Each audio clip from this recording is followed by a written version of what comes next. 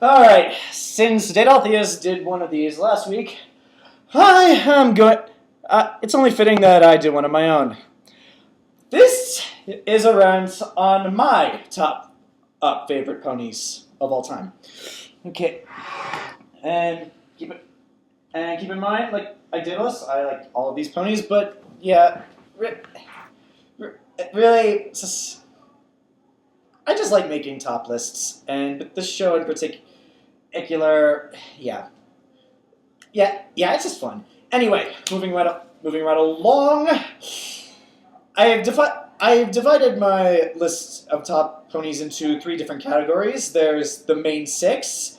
There's the secondary characters who have actually had speaking roles and were actually part of an episode. And then there are just background ponies. And I have separated all 3 of them, whereas Daedaltheus here grouped the last 2 together. And also, a little disclaimer, this is all purely based on my opinions. So if any of you have some kind of problem with my opinion, shut up, because you're not changing them. Like before, Daedaltheus is here. Hello. And he can chime in if he wants, but mostly this is my list. Alright, let's get on with it. Get on with it. Okay, top favorites of the main 6. Note, I like all of them, in that they're each special in their own unique ways. But yeah, these are, from 6 to 1, my top favorites of the main 6. At number 6, we have Pinkamena Diane Pie. Why is she at the bottom of this list? Well, generally I would say that Daedaltheus here was the one who got me into the show. That is actually not quite true. Another acquaintance of mine was trying to get me into the show first. For the longest time, he tried to convince me to watch it, and then this was when the show just first came out. And eventually, I sat down on my computer and was just like, okay, I'll give it a watch.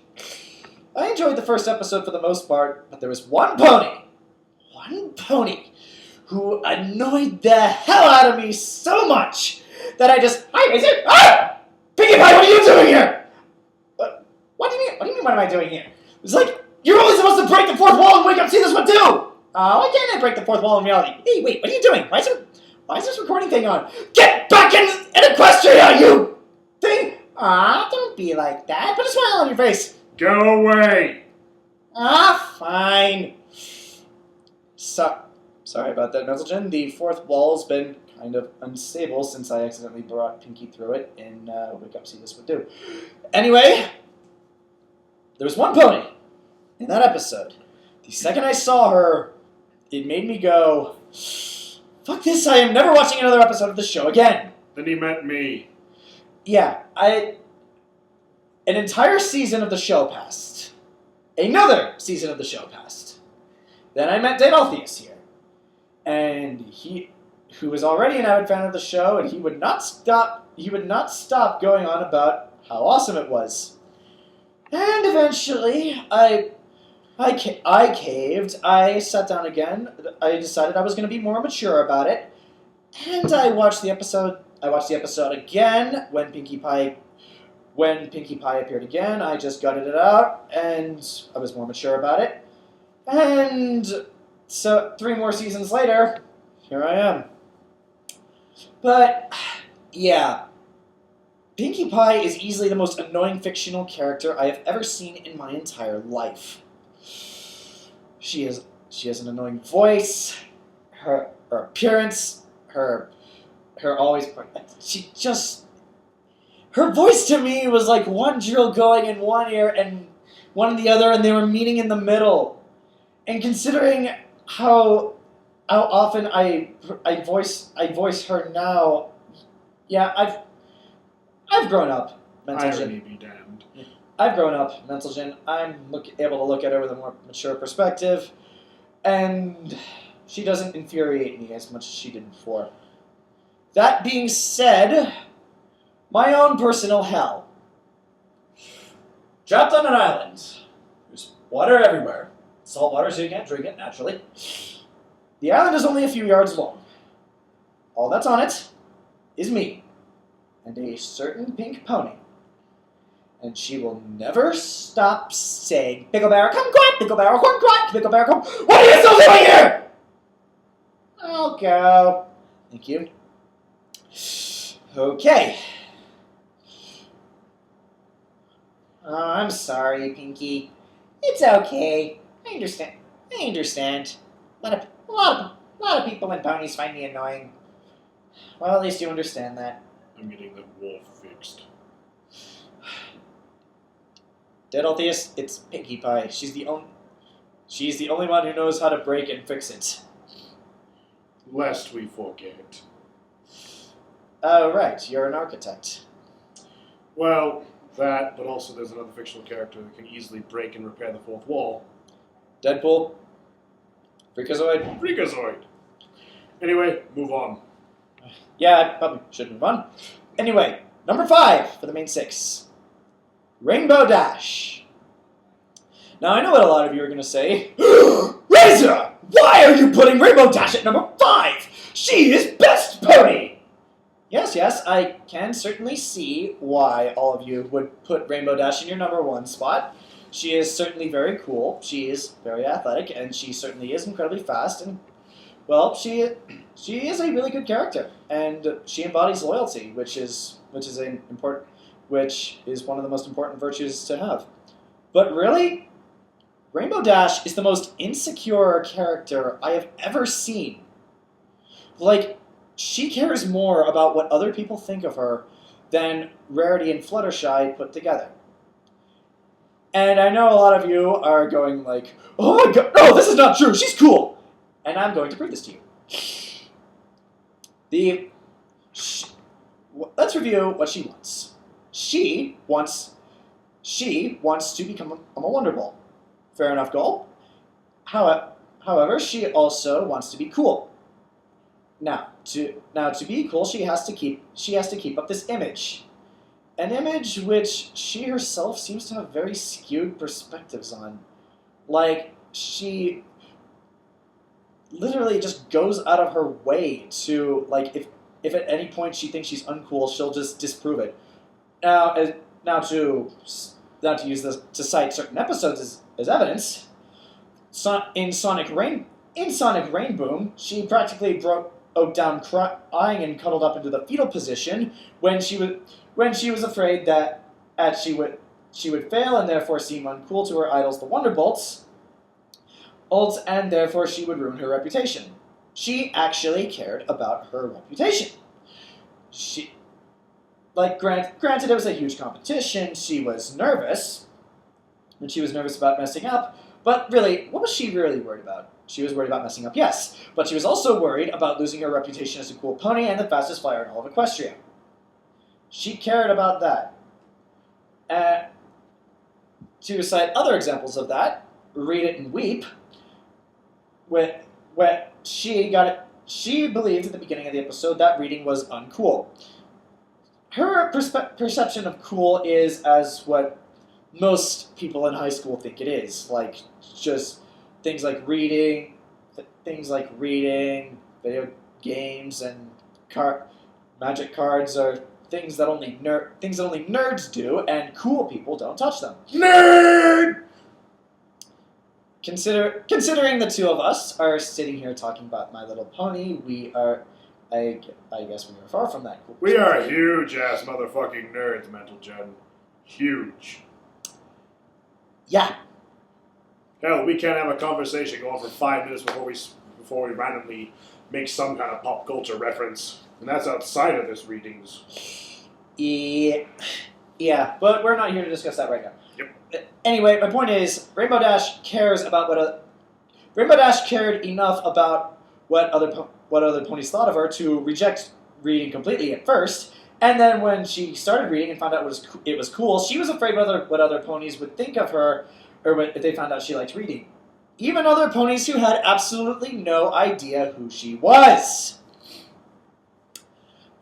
And to cite a third episode as an example, The Mysterious Mare-do-Well, one of my favorite episodes of Season 2. And not just for the fact that it had Batman. basically in that episode, Rainbow Dash saves a pony and gets super famous, and she revels in her stardom. This is exactly what she wants. She and as we've seen, she let the crowd get to her ego, and as a result, when Meridowell showed up, she went nuts. She went nuts, started doing little things, claiming they were heroic, like saving grass from weeds and opening a jar of peanut butter. But yeah, the point let's not forget that one scene in which she actually had to take a picture or sign an autograph before she actually willingly saved another pony. No. Either way, she still did that. But yeah. Basically the reason I like that episode is at the end of the day, like it just showed like really you should help people just because you want to, not because you have an image to maintain, which is what the Batman philosophy has always been. But yeah, I would cite more, but really my point is Rainbow Dash is really insecure and really cares about what other ponies think of her. And really, that is just a quality I cannot respect. If she really wants respect from other ponies and they wanted to see that she's cool, she should just come out and just be like, yeah, I like reading. So what? Hell, she could probably make a case that even Spitfire and Soren like reading. Then again, Soren likes pie, but we're getting off track here. But yeah, Rainbow Dash, cool pony, embodies loyalty, but is really insecure to the point where I honestly can't respect her. But yeah. Sorry to all you Rainbow Dash fanboys and fangirls out there, but that's really just how it is. I really can't respect a character who just cares enough about what they think that they're willing to go out of their way to change themselves and prove themselves wrong just to keep up their image. But anyway, I've gone on too long about this. Moving right along. Number 4 is Rarity. Mentalgen, I'm going to be completely honest with you. I do not get Rarity. At all. Like, literally, I don't know how to explain it. I just don't get her. Yeah, like, she's high class, she's a fashionista, she holds herself to a much higher standard than most of the other ponies, she's physically more attractive than most of them. Those I get, but really, I just don't know what to think of her. Yeah, like from Daedaltheus mentioned in his rant that he identified with Rarity from a creative perspective, from the whole Art of the Dress song, and Stitch by stitch. There's an entire story I could get into with that song but I'm not going to. But he studies architecture. I actually study creative writing. So I'm always caught in between this mix of wanting to please myself and yet wanting to please a much larger audience, because that's what I have to do every single week. I have to write something new, turn it into a crowd of like 30 to 40 other students, and every single one of them always critique what I have. Sometimes it's harsh, sometimes it's not, but otherwise it's still the same thing, wanting to please yourself, yet wanting to please their client. But unlike Daedaltheus, I don't really see a connection between myself and Rarity. I mean, like, I guess I could also link this to the fact that I really don't like higher class characters at all. But I really don't like stories that deal with the aristocracy, just because I just don't like that type of thinking and that type of society. And Rarity seems to fall into that, and while I can't hate her because she is a very nice pony, I don't get her. But yeah, but still, she deserves a place on this list above Rainbow Dash. But yeah, moving right along, number 3, Fluttershy. Mental Fluttershy is just a freaking adorable. See Daedaltheus here for evidence on why that is. I know ponies don't exist, but if I were... Well, ponies exist, but semantics. If I would ever meet Fluttershy, I would probably not stop hugging her. She's just that goddamn adorable. And nothing else. And nothing else. We vocalized our opinions many times on what we think of the whole human X pony thing, and it is just disgusting. Oh, and by the way, watch my upcoming videos. You might see a little bit more about what I think of that. But anyway, Fluttershy. She's adorable. She's certainly a likable character. However, I seem to have noticed this with a lot of the recent episodes. She seems to fall into this rut of I kind of like to almost call it a loop. Like for one episode dealing with her, she'll learn something about friendship and about herself, and then for the next episode she'll almost forget it. The two episodes that come to mind for this are Putting Your Hoof Down and Hurricane Fluttershy. Here's what I mean. In Putting Your Hoof Down came first, right? Yeah. Putting Your Hoof Down came first. And in that episode, it showed Fluttershy going through a massive boost in confidence, learning to be more assertive, and learning about dealing with that, and basically not letting yourself get lost in your personality. But yeah, basically, point is at the end of the day, she did learn how to find the balance between the two, and she did learn how to assert herself, and have more confidence. Then Hurricane Fluttershy rolls around, and the whole confidence lesson thing seems to have been completely forgotten. Granted, it's a different issue. She's anxious about performing in front of a crowd, but earlier in an episode we saw her gain an immense boost of confidence that she should be able to try to take this on without. My point is, she would take this on and realize she's going to fail miserably, and then fail miserably anyway. But my point is, she probably wouldn't have ran as quickly as she did. But yeah, it almost seems as if sometimes the writers are almost at a loss of what to do for her character, because she's shy. That's her defining characteristic. But the writers are smart enough to realize the second they take away that shyness, they lose a lot of her character. But at the same time, it doesn't seem like there's a lot they can do with that. I can see you want to say something. Okay, Putting Your Hoof Down is more about learning to speak for yourself and not be an asshat about it. Yeah. Hurricane Fluttershy was more or less learning to overcome peer pressure. I could still tie the two together since it involved her dealing with other people. Ponies. Well, ponies, yeah. But that's basically... That's not to say any of these episodes are bad in any way. Far from that. They're really fun to watch. But it almost seems like sometimes they're at a lot... The writers are just at a loss of what to do with her. And... yeah, that's really all I have. She's an adorable pony. I can see why you all love her, but really, part of me just wants to see her get out of that rut a little. Oh well, that's enough about her. Moving along to number 2, Applejack. Why Applejack at number 2, you ask? Because she embodies the one element that I value above all the others, even loyalty. Though this partially has to do with loyalty. Honesty. I was raised to be an honest man. I was raised to be completely honest, even in the face of your honesty. Well, your honesty will only cause pain right now, but in the end, you know it will help.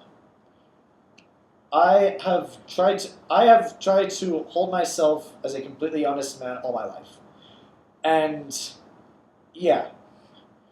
To see it, and Applejack is the physical embodiment of honesty, and really, I can almost understand how it isn't impossible for her to tell a lie, because she always just tries to do the right. She always tries to do and say the right thing, and it almost just ends in the one where the episode where she runs away. I forget the title.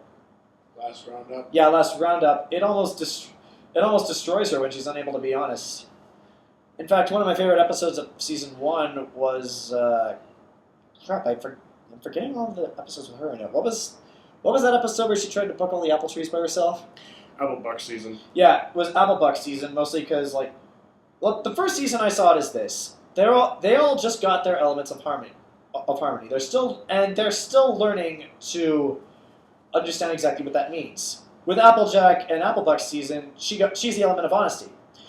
She could clearly understand being the element of honesty was being honest with others, but it also required her to be honest with herself, and that just wasn't something she was doing, at least not in that episode. So that episode was just about her learning to be more honest with herself. And at the end of the day, she learned her lesson and learned you have to be honest with yourself as well as honest with others. In fact, a lot of the episodes of the first season can be brought into this, like with the sleepover episode, Verity was learning that being the element of generosity requires you to give up something in order to be generous. Rainbow Dash had to learn how to deal with loyalty. I can almost argue that the Pinkie Pie and the birthday party episode was learning that you can make ponies laugh, but really it's not in the way you think, and it's still learning to trust your friends. But yeah, that's Applejack. Really, because really I value honesty, and she's an honest pony. Nothing else. Not much else said. And number 1. You all saw this coming. Somehow I know you did. Number 1, my favorites of the main 6, is Twilight Sparkle. Now, there are a lot of issues I could get into with Twilight Sparkle. She's incredibly awkward in social situations. She has this weird complex about her always wanting about the fact that she must always be right, even when she knows she's completely wrong, and her constant need to bend over backwards to please Princess Celestia is kind of scary to some degrees. Thank you, sir. May I have another? Yeah, exactly.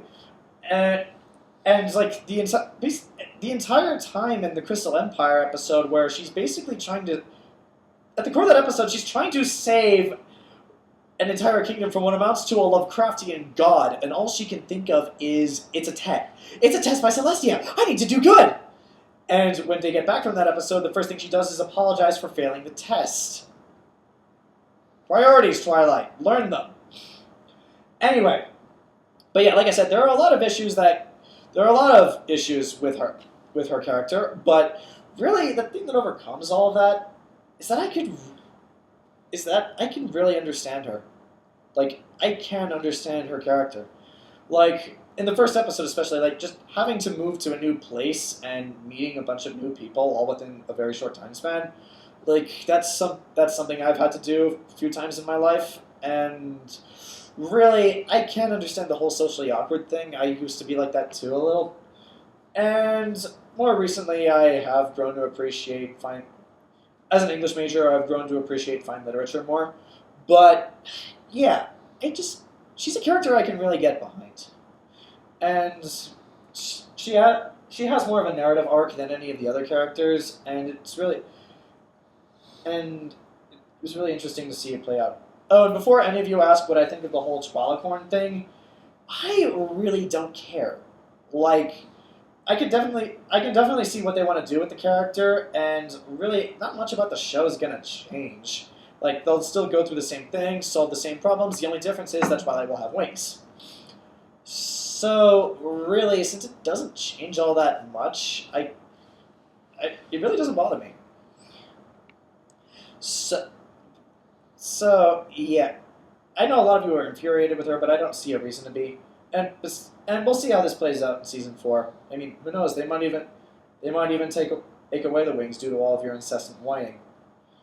But yeah, Twilight Sparkle. Wow, I went on with that longer than I thought I would. Yep. I could end the video here. I'm just going to quickly go through the other ones. Like, secondary characters. Number 6 at the bottom of the secondary characters list are the CMCs. Why? Because really, I always find a lot of my favorite episodes are ones with them. Like, Ponyville Confidential, loved. Bab's Seed, that is my favorite of season 3. And the I don't remember the name of it, but the one where Apple Bloom had to bring in her Granny Smith in for Parents' Day. I don't. Yeah.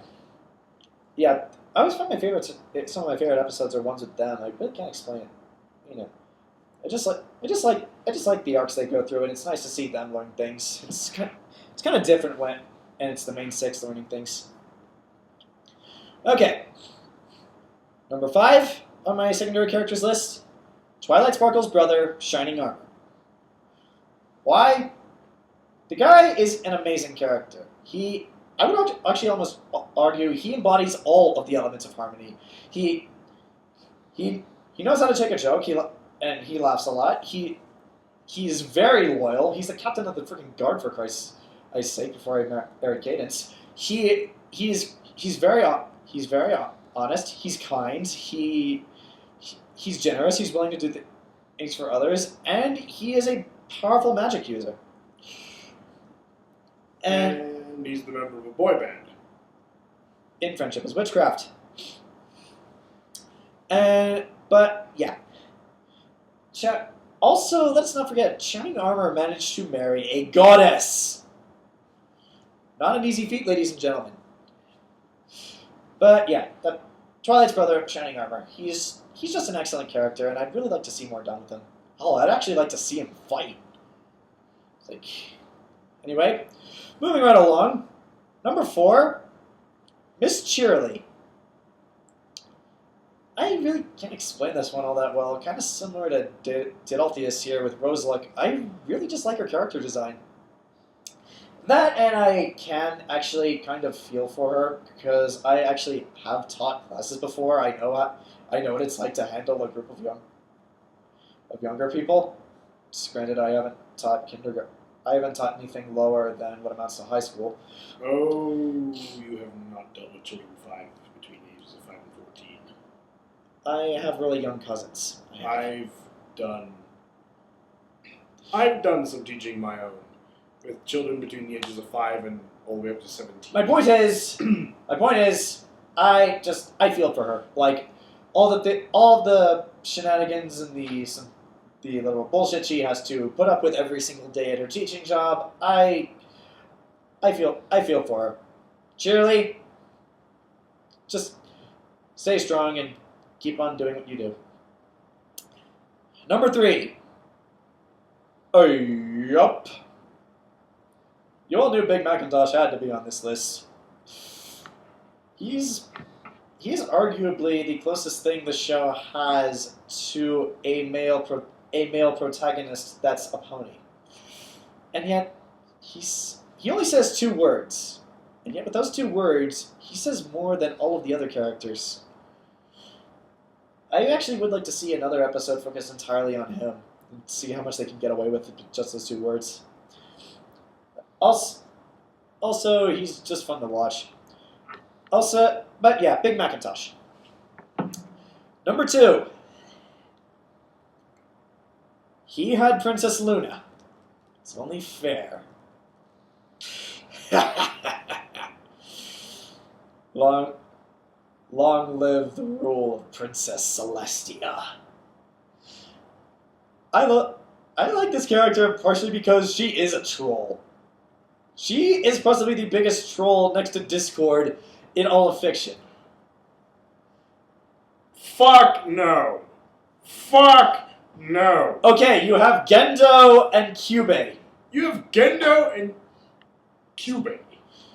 Kyubey is a god amongst trolls. Gendo? I will strangle that rat for what he did to Simon! Sorry, Gendo?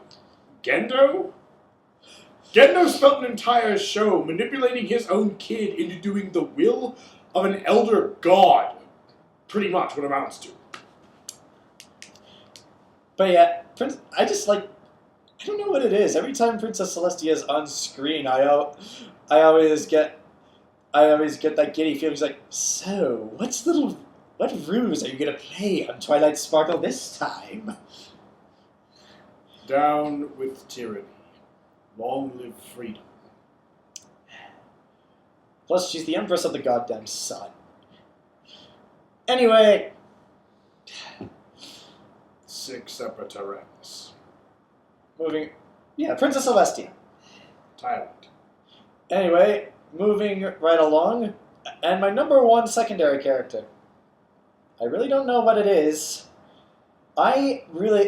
As far as all the people I've talked to, I'm really the only one who likes this character. I don't know what it is about him. He's just... I guess I should quote him. Welcome to Appaloosa! Yes, Brayburn Apple. Brayburn is my number 1 secondary pony. I really cannot explain why I like Brayburn so much. He's just fun. He's like, Over a Barrel was one of my favorite episodes of season 1, and it was almost entirely due to him and the shenanigans he got into. It's like, he's just a fun character. I was really disappointed in the Apple Family reunion when he didn't get a speaking role. It's like, also, some of you might know that I like to ship him with Pinkie Pie. The reason for that is they talk about as much as each other, and really they're just as insane. Plus, they both like welcoming new ponies into town. Brayburn by belting out "Welcome to Appaloosa," and Pinkie Pie by throwing parties. Now, if only they could combine the two, they could make a hell of a business. But yeah, I really don't get what. I'm the only one I've ever talked to in the pony community who really likes Brayburn. Oh well. But yeah, Brayburn, my number 1 secondary character. I can't explain him, but he's just a fun character. All right. Now moving on to the background characters. These ones I am not going to explain as much because really everything that happens with them is the fault of the fandom. But yeah. The number 6 for the background characters, the mistress of 1,000 voices herself, Bon Bon. Really, I can't explain why I like Bon Bon so much. Partially it's because she's paired with another certain pony on this list, who I might have just given away. And I'll get into her more when I get to that pony, but yeah. Moving on from Bon Bon, number 5, the Doctor. Before I was a fan of My Little Pony, I was and still am a huge Doctor Who fan.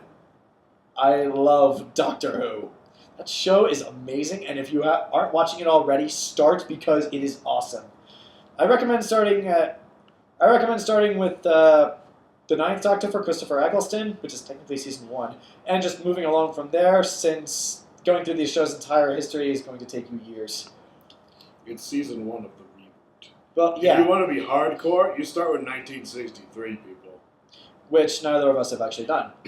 But yeah, and before any of you asked, favorite Doctor is the 10th, David Tennant. Favorite companion is Martha Jones. Favorite villain is the Master.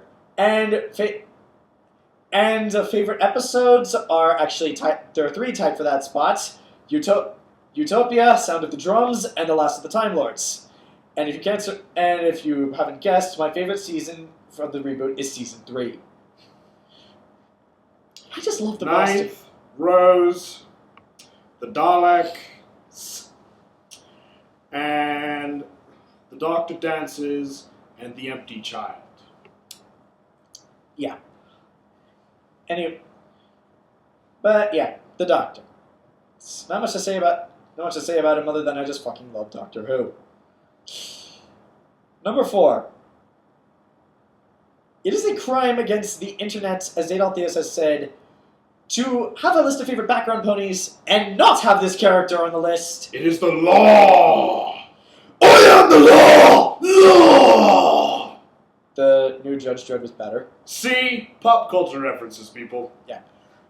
Number 4, the wall-eyed Pegasus herself, Derpy Hooves. At this moment, I would just like to apologize to Bald Dumbo Rat because my voice of Derpy is vastly inferior to yours. But, yeah. I really don't know what it is about the wall-eyed Pegasus. I just kind of like Fluttershy. I just want to hug her. And nothing else. Yeah. Also, I know a lot of you pair Twilight with the Doctor. No. The Doctor only has one pony companion. It's Derpy. There are no substitutes. So you have not read Ask Discord Hooves. I have, actually. I still stand by what I said. That's a very concerning tale.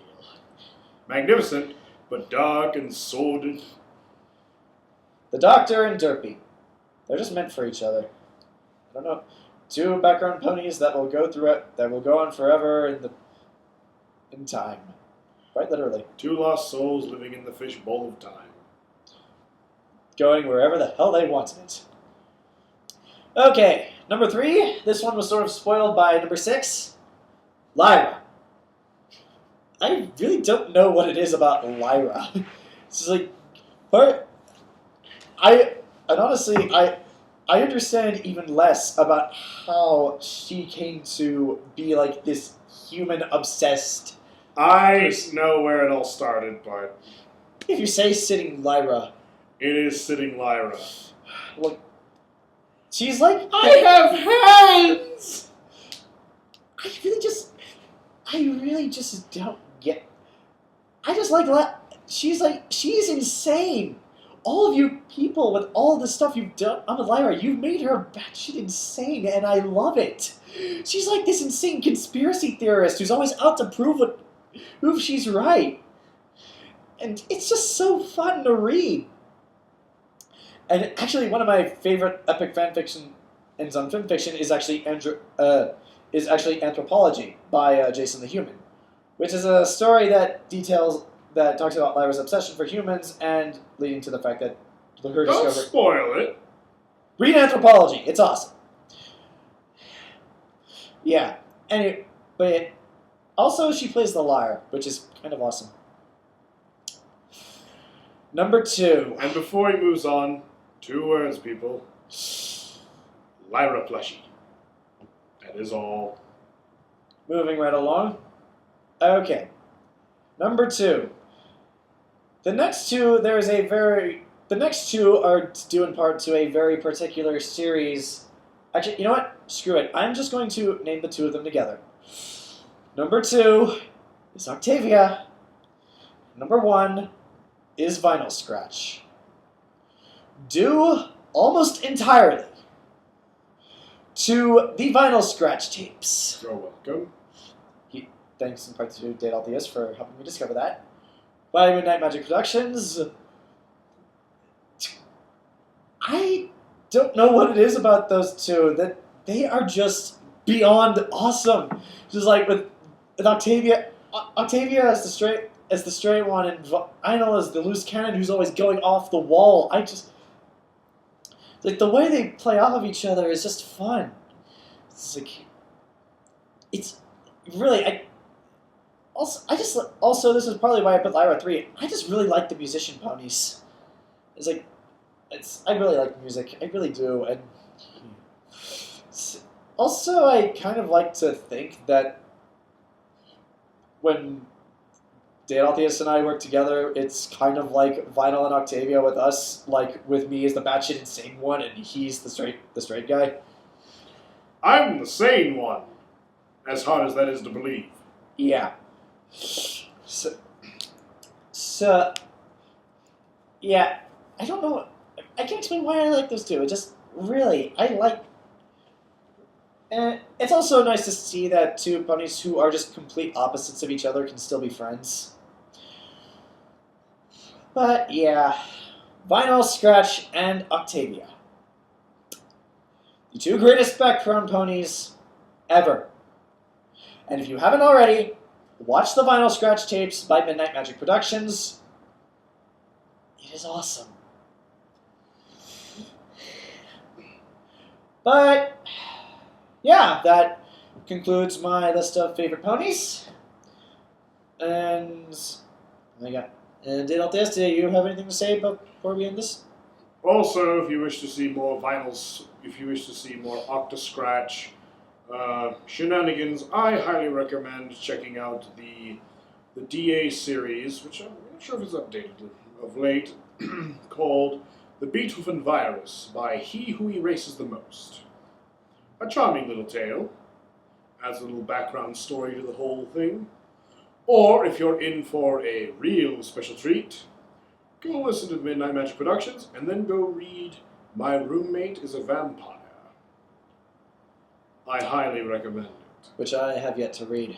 It's on my list. Yeah. Well, that concludes my little rant on favorite ponies. And actually, before I leave, there are a couple shout-outs I would like to give. The first is to Ken SCS64, his new story, New Cloudsdale, has just gone up. I really recommend you go check it out. I'm helping to edit it, and it actually is looking pretty damn awesome at this point. So yeah, go check out New Cloudsdale. I would also like to give a shout out to Rainbow Bob, the author of Seriously, because really the guy is batshit insane, and you are awesome that way. And lastly, I would like to give a shout out to all of you people who like favorited and are following my interesting little tale, Wake Up, See This, What Do. Really, I can't thank you enough for all the support you've given me with that. I just started it because I was bored one day, and literally my entire process while writing it is just open a new chapter, read comments, go. Yeah, that's all I do. It's like, there's no preparation. I don't spend any time sitting there thinking about what I want to do with the chapter. So I just sit down, read what you guys say, and go. Really, thank you for all the support you've given me. I never expected it would go this far. And that being said, I hope you guys have fun with the intermission, where you get to control Twilight Sparkle. Or as I like to call her, Raiden Twilight. You're a solid snake, she's Twilight, she's Raiden, makes sense. Anyway, thank you all so much. Look forward to another comment special in the near future. That's definitely on our list of things to do. And good night. Hi everybody! Why are you still here, Mickey?